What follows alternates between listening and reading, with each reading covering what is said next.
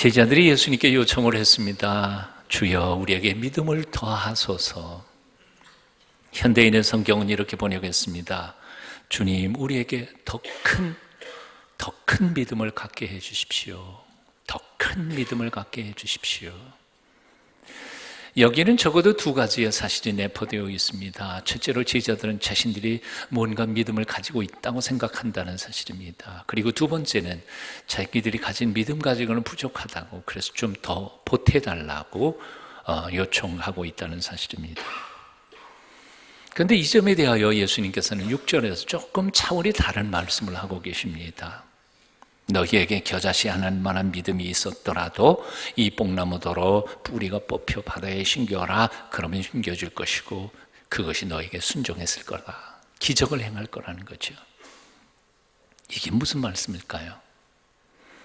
믿음은 양이나 크기가 아니라 질이라는 말씀입니다. 너에게 더 많은 믿음이 혹은 더 큰 믿음이 필요한 것이 아니라 사실은 겨자씨 한 알만큼의 작은 믿음이라도 진정한 참된 믿음이 필요하다는 겁니다. 믿음은 양이나 크기가 중요한 거 아니다, 질이다 말씀하시는 것입니다. 아무리 덩치가 큰 나무라도 죽은 나무는 강물에서 그냥 흘러서 떠내려갈 수밖에 없습니다. 하지만 아무리 조그만 물고기라도 살아있는 놈은 거센 물결을 거슬러서 상류로 올라가는 법입니다.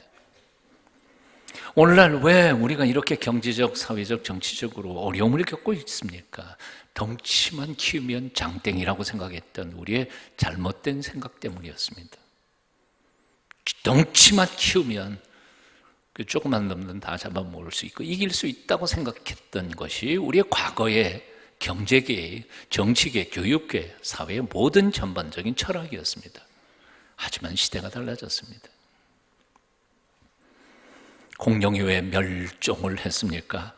급변하는 환경 속에 적응할 수 없을 만큼 그렇게 등치가 너무 커졌었기 때문입니다. 이것은 기업도 마찬가지고 회사도 그렇고 학교도 그렇고 심지어는 교회도 마찬가지입니다. 덩치가 큰 게 살아남는 게 아닙니다. 어떤 사람들은 더 많은 성경 공부, 더 많은 체험, 은사에 은사를 더하고 실력에 실력을 더하고 방언하고 통역하고 예언하고 환상 보고 그것도 모자라서 항상 주님 앞에 계속해서 은사를 더 주소서 부르짖습니다. 마치 신앙을 양으로 때우려는 것 같습니다. 열심은 귀하지만 방향은 잘못됐습니다. 참 신앙은 보태는 것이 아니라 질적으로 변화하는 것입니다. 진정한 참된 신앙은 죽은 시체에다가 화장하는 것이 아닙니다. 죽은 시체는 아무리 아름답게 화장을 해도 그 시체는 다시 살아날 수 없는 법입니다. 우리가 언제까지 소망도 없는 우리 타락한 심성, 타락한 우리의 썩어가는 믿음 위에 치장하고 장식도 보태고 장의사 같은 신앙생활을 언제까지 해야 되겠습니까? 참된 신앙은 죄로 찌들어버린 나를 치장하고 그리고 보태는 게 아닙니다. 오늘도 살아계셔서 우리 가운데 와 오시는 예수 그리스도 참되신 하나님을 정통으로 만나는 것입니다. 그 안에서 새로워지기를, 속사람부터 겉사람까지 뒤집어져 바뀌기를, 변화되기를 갈망하는 것입니다. 날마다 부어주시는 하나님의 영적 생명력을 매 순간 받기 위하여, 공급받기 위하여 그분 앞에 무릎을 꿇는 것입니다. 그래서 요한복음 15장 5절에서 주님은 이렇게 말씀하신 겁니다. 나는 포도나무여 너희는 가지니 내가 저가 내 안에 있으면 이 사람은 과실을 많이 맺나니 너희가 나를 떠나서는 아무것도 할 수 없습니다. 아무것도 할 수 없습니다. 7절에서도 말씀하십니다. 너희가 내 안에 거하고 내 말이 너희 안에 거하면 무엇이든지 원하는 대로 구하라. 그리하면 이루리라. 어떻게 하면 열매를 풍성히 맺는 신앙생활을 할 수 있을까요? 어떻게 하면 기도할 때마다 하나님의 응답을 받을 수 있는 능력 있는 크리스찬의 삶을 살 수 있을까요? 내 지금 현재 있는 썩어가는 믿음 위에다가 믿음을 더 보태는 게 아니라 내 믿음 자체를 뒤집어 바꾸는 것입니다. 살아계신 하나님과 깊은 교제 가운데서 그분이 주시는 생명력을 매 순간 받아 누리며 교제하는 것입니다. 날마다 그분이 주시는 말씀을 묵상하며 그 말씀대로 실천하고 그대로 살아가도록 노력하는 것입니다. 그러므로 사랑하는 여러분, 더 많은 믿음 달라고 기도하지 마십시오. 더 큰 믿음을 달라고 기도하지 마십시오. 오히려 내가 더 주님을 사랑할 수 있게 해달라고, 내게 사랑을 보태달라고, 내게 한 걸음이라도 더 가까이 살아계신 당신의 품성으로 걸어가도록 성숙할 수 있도록 나를 도와주시라고 기도하십시오.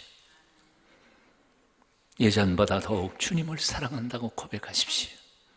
고백하려고 노력하십시오. 저는 이 찬송을 너무 좋아합니다. 315장 내 주 되신 주를 참 사랑하고 곧 그에게 죄를 다 고하리라. 사실 사랑한다는 건 죄를 고백하는 거예요. 그리고 사랑하는 이와 나 사이에 가로막힌 담이 없게 하는 것이에요.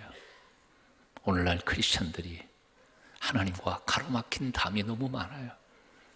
날마다 순간마다 자신의 허물과 부끄러움을 주 앞에 내어놓고 죄를 고백할 때 용서하시고 치유하시는 주님의 능력을 체험하는 것이 바로 참된 살아있는 믿음이거든요.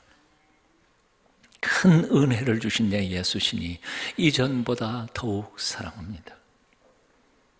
내 주 되신 주를 참 사랑하고 곧 그에게 죄를 다 고합니다. 큰 은혜를 주신 같이 불러볼까요? 큰 은혜를 주신 내 예수시니 내 예수시니 이전보다 더욱 사랑합니다. 이전보다 더욱 사랑합니다.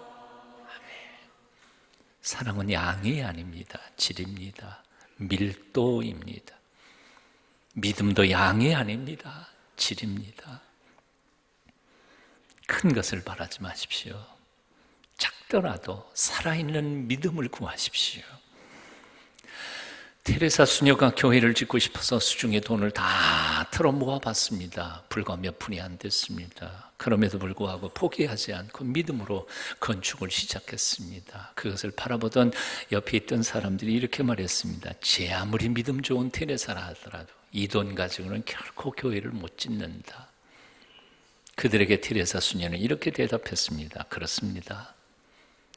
저 무능한 테레사와 이 돈 몇 푼으로는 결코 교회를 지을 수 없습니다. 하지만 여기에 함께 하시는 하나님이 일하시면 넉넉히 되고도 남습니다. 이게 믿음이죠. 이게 믿음입니다. 나는 할 수 없지만 나와 함께 하시는 하나님이 하시면 된다는 겁니다. 기적을 일으키는 것은 내 믿음이 아닙니다. 내 능력도 아닙니다. 내 믿음이 크고 위대해서 기적이 일어나는 것도 아닙니다. 오직 내가 믿는 하나님, 나와 함께 계시는 그 하나님이 일하시니까 기적이 일어나는 것이죠. 그래서 사도 바울은 고백했습니다. 내게 능력 주시는 자 안에서 내가 모든 것을 할 수 있느니라. 한번 따라해 보실래요? 나는 할 수 없습니다. 하지만 하나님이 함께 하시면 됩니다. 아멘. 난 아무것도 아니지만 하나님이, 내 안에 계신 하나님이, 나와 함께 하시는 하나님이 전능하시니까 될 줄로 믿습니다. 자, 그렇다면 오늘 예수님께서 말씀하시는 그 겨자씨 하늘 같은 믿음, 기적을 행하는 믿음, 뽕나무 뿌리 뽑아서 바다에 심는 그 기적 같은 믿음이란 도대체 어떤 믿음을 가리키는 것일까요? 오늘 본문에서 예수님께서는 아주 독특하게 설명하고 계심을 봅니다. 제자들은 병자를 고치고 죽은 자를 일으키는 믿음, 산을 옮기고 귀신을 쫓아내는 믿음이 큰 믿음, 능력 있는 믿음이라고 생각했었습니다. 하지만 예수님께서는 정말 큰 믿음, 기적을 행하는 믿음은 겨자씨 하늘같이 작지만 그 작은 섬김을 통해서 일으키는 기적을 일으키는 믿음이 바로 진정한 참 믿음이라고 가르치신 것입니다. 그래서 종의 비유를 가르쳐 주십니다. 7절부터 10절까지 오늘 함께 읽어보시겠습니다. 함께 읽습니다. 시작. 너희 중에 네게 밭을 갈거나 양을 치거나 하는 종이 있어 밭에서 돌아오면 저더러 곧 와 앉아서 먹으라 할 자가 있느냐?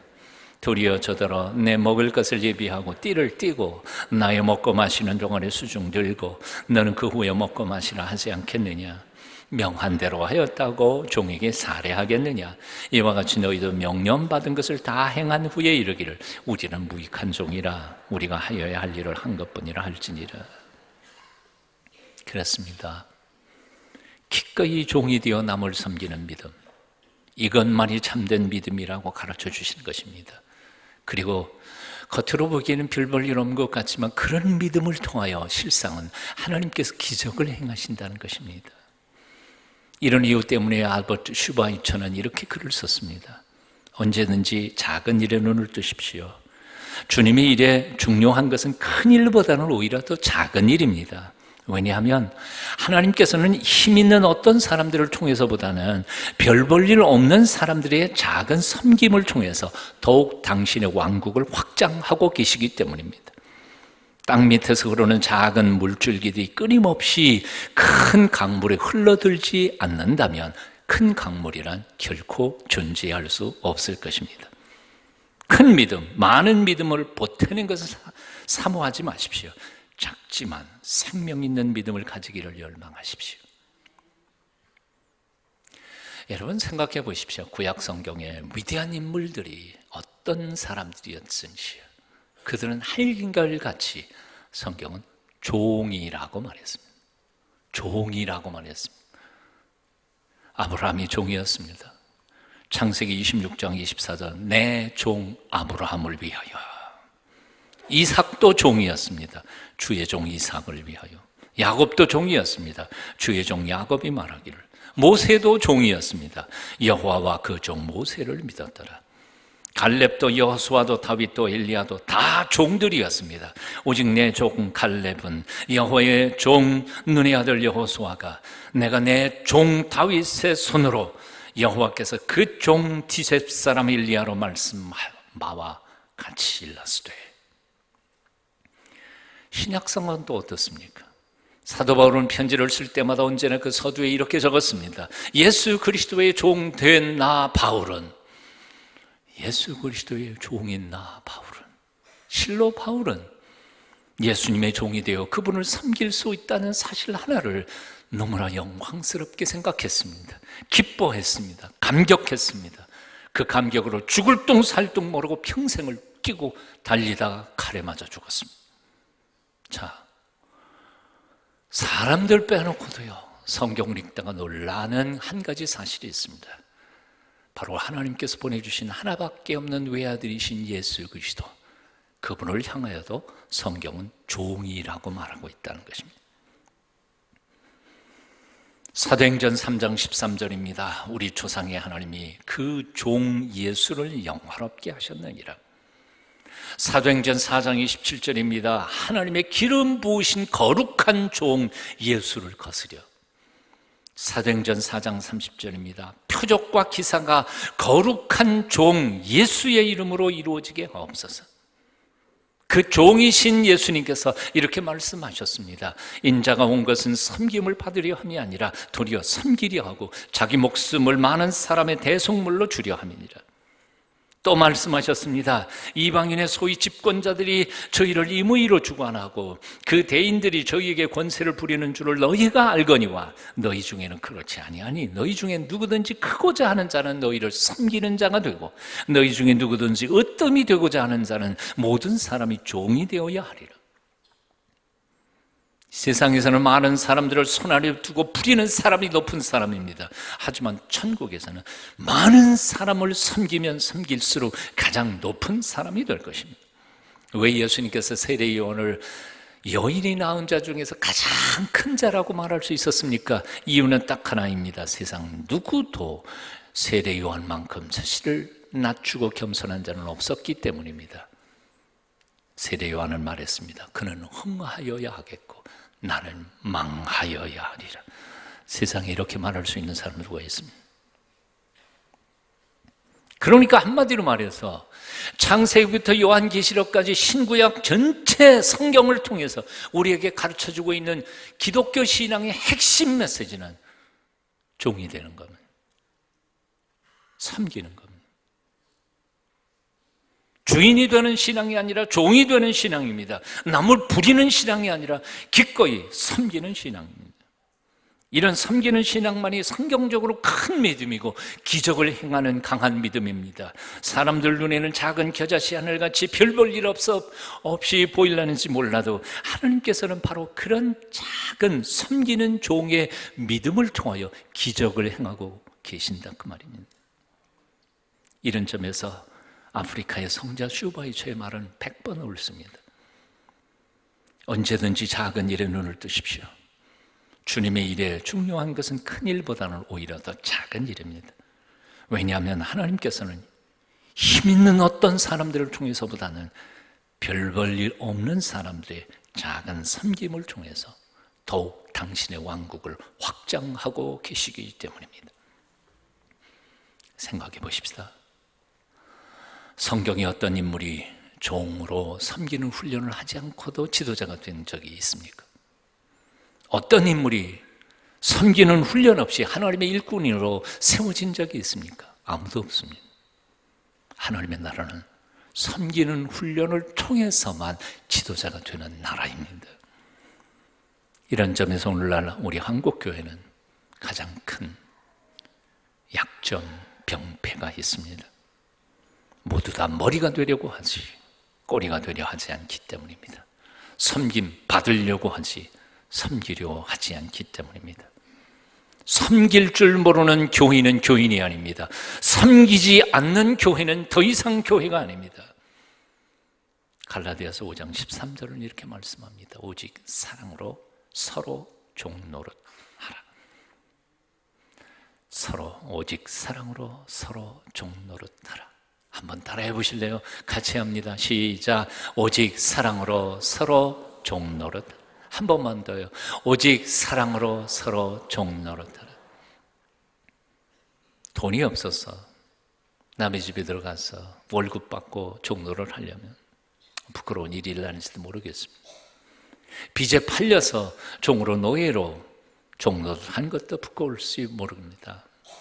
하지만 사랑하기 때문에 기꺼이 섬기는 일이라면 참으로 자랑스럽고도 위대한 일이 될 줄로 믿습니다. 이것은 마치 결혼과 마찬가지입니다. 한 남자와 한 여자가 서로 사랑하기 때문에 기꺼이 남은 평생을 서로에게 종이 되고자 결혼하는 것, 이건 아름다울 뿐만 아니라 이것은 위대한 일입니다. 우리 그리스도인들은 운명적으로 사랑 때문에 종으로 살도록 부름을 받은 존재들입니다. 그러므로 사랑을 여러분 서로 사랑하십시다. 기꺼이 사랑하기 때문에 종노릇 하십시다. 이것이 산을 옮길 만한 믿음보다 뽕나무를 바다에 심는 믿음보다 훨씬 더 강한 믿음이고 큰 믿음이고 기적을 행하는 믿음입니다. 오늘은 1년에 한 번 그렇게 서로에게 종노릇하기로 결단하는 청지기 주일입니다. 내년 2017년 어느 영역에서 어떤 모습으로 주님을 섬기고 교회를 섬기고 또한 옆에 있는 형제와 자매들을 섬길지를 곰곰이 생각하시면서 결단하실 수 있기를 바랍니다. 주보 사이에 낀 간지를 잘 살펴보고 적어도 동순교회 교인이라면 한 가지 이상은, 꼭 한 가지 이상은, 그냥 왔다 갔다만 하지 마시고 꼭 한 가지 이상은 봉사하시고 일하실 수 있기를 바랍니다. 어떤 분이 저한테 불평하는 걸 들은 적이 있습니다. 동순교회 참 차갑다고. 5년을 다녔는데도 아무도 아는 척 안 한다고. 그래요. 10년을 다녔는데도 아무도 나 알아보지 못하는 사람이 있어요. 이유가 뭔지 아세요? 이유가 뭔지 아세요? 자기가 누군지 밝힌 적이 없으니까요. 일해보세요. 일해보시면 저 사람 누군데, 일해보시면 여러분들은 알 거예요. 손님처럼 늘 다니면 20년 다녀도 손님이실 거예요. 교회 나온 지 얼마 안 되시는 새 가족 한 분이 그런 얘기를 했다고 그래요. 교회 동순교회 나오는데 아무도 알아보는 사람이 없는 데다가 예배 끝나고 밥 먹으러 가자는 사람도 한 사람도 없었대요. 예배 끝난 다음에 식당에서 밥 먹는 줄을 몇 달 동안 다니는 동안에도 몰랐대요. 그래서 자기는 이렇게 봉사하고 싶대요. 밥 먹고 가세요. 프랑카드 하나를 만들어 주시면 자기는 서서 저 마당에서 그거 봉사하고 싶대요. 아멘. 와, 멋지다. 누군지 그거 좀 들고 있으면 저 사람 누구야? 그러면 금방 이름 알 거예요. 꼭 한 가지라도 내년도에는 그냥 왔다 갔다 하는 손님이 아니라 주인이 되셔서 봉사하시고 일하시는 내년이 되시기를 축원합니다. 돈 있습니까? 남보다 더 헌신하십시오. 시간 있습니까? 남들을 섬기기 위해 시간을 뚝 떼놓으십시오. 건강하세요? 튼튼한 몸만 자랑하지 말고요. 그 힘 좀 쓰세요. 재능 있으십니까? 하나님께서 주신 그 재능 남들의 행복을 위해서 한번 사용해 보십시오. 여러분들도 행복해지실 것입니다. 오늘 본문을 깊이 묵상하다 보면 예수님께서는 종으로 섬길 뿐만 아니라 흉내만 내지 말고 끝까지 아주 철저하게 섬기라고 명령하고 계심을 봅니다. 그렇게 섬긴 후에도 입으로 뭐라고? 할 일을 한 것뿐이라고, 겸손하라고, 공치사하지 말라고 주님께서는 명령하고 계십니다. 사실 종으로 섬기는 것도 어려운 일이지만 섬기고 난 후에 나팔 불지 않는 것은 참 더욱 어려운 일이라 생각이 듭니다. 하나님께서 나 같은 것을 들어 사용해 주신 것에 대하여 감사하며 조용히 웃을 수 있는 겸손한 일꾼이 되는 것은 참으로 어려운 일일 것입니다. 주님은 명령하십니다. 죽도록 일한 후에도 너희는 이렇게 말하라. 우리는 무익한 종입니다. 우리가 해야 할 일을 한 것뿐입니다. 연습해 볼까요? 연습 안 하고는 못해요. 한번 따라해 보시겠습니다. 우리는 무익한 종입니다. 해야 할 일을 한 것뿐입니다. 국어책 읽는 것처럼 말하지 말고 진짜 말하는 것처럼 예수님께서 우리 앞에 계시다고 생각하고 주님, 전 무익한 종입니다. 그저 할 일을 한 것뿐이죠. 감사합니다. 저 같은 거 써주셔서. 그렇게 고백하자는 말이죠. 아멘이십니까? 오산학교 설립자였던 남강 이승훈 선생에 대하여 함석헌 선생이 써놓은 이야기 한 줄거리가 있습니다. 그저 쓴 대로 읽어보면 그렇습니다. 예나 지금이나 사람들이 가장 하기 싫은 일이 변소 청소이지요. 그것도 여름에는 물 뿌리면 되는데 추운 겨울 변소 청소는 정말 하기 싫은 것입니다. 참 이거 설명을 좀 해야 되겠습니다. 네, 수세식 변소가 아니라 푸세식 변소 이야기입니다. 무슨 얘기인지 못 알아듣는 젊은 사람들이 많을 것 같아요. 저 시골에 가서 혹시 있을지 모르는, 이래도 못 알아들으면 나중에 이제 엄마 아빠한테 한번 물어보십시오. 푸세식이 뭔가. 오산 학교도 교정 서쪽 멀리 떨어져 있는 변소에 겨울이면 꽁꽁 얼어붙기 때문에 청소하는 것이 가장 어려웠습니다. 한 사람이 대변을 누우면 굴러떨어져서 쌓이고 두 번째 사람이 누우면 또 그 위에 쌓이고 그렇게 누런 탑이 쌓아 올라가는 것입니다. 그런데 기숙사에 있던 누구도 그 누런 탑을 청소할 마음을 가진 사람은 없었습니다. 그래서 요리조리 피해서 폭격을 하거나 나 몰라라 하고 도망 나가는 것입니다. 그런 모습을 보다 못한 설립자이신 이승훈 장로님, 이승훈 선생이 도끼를 들고 나왔습니다. 그 밑에 내려가 쪼개는데 힘껏 내려치다가 보면 그 조각들이 입으로 들어오곤 했습니다. 이것이 바로 남강 선생의 똥 먹은 이야기입니다. 3.1 만세운동 후에 남강 선생은 또 붙잡혀 감옥에 들어가셨습니다. 선생의 연세가 제일 많으셨음에도 불구하고 거기에서 변기 청소를 도맡아 하시면서 늘 이렇게 기도하셨다고 합니다. 하나님, 내 남은 평생의 이 민족의 똥통을 청소하게 해 주옵소서.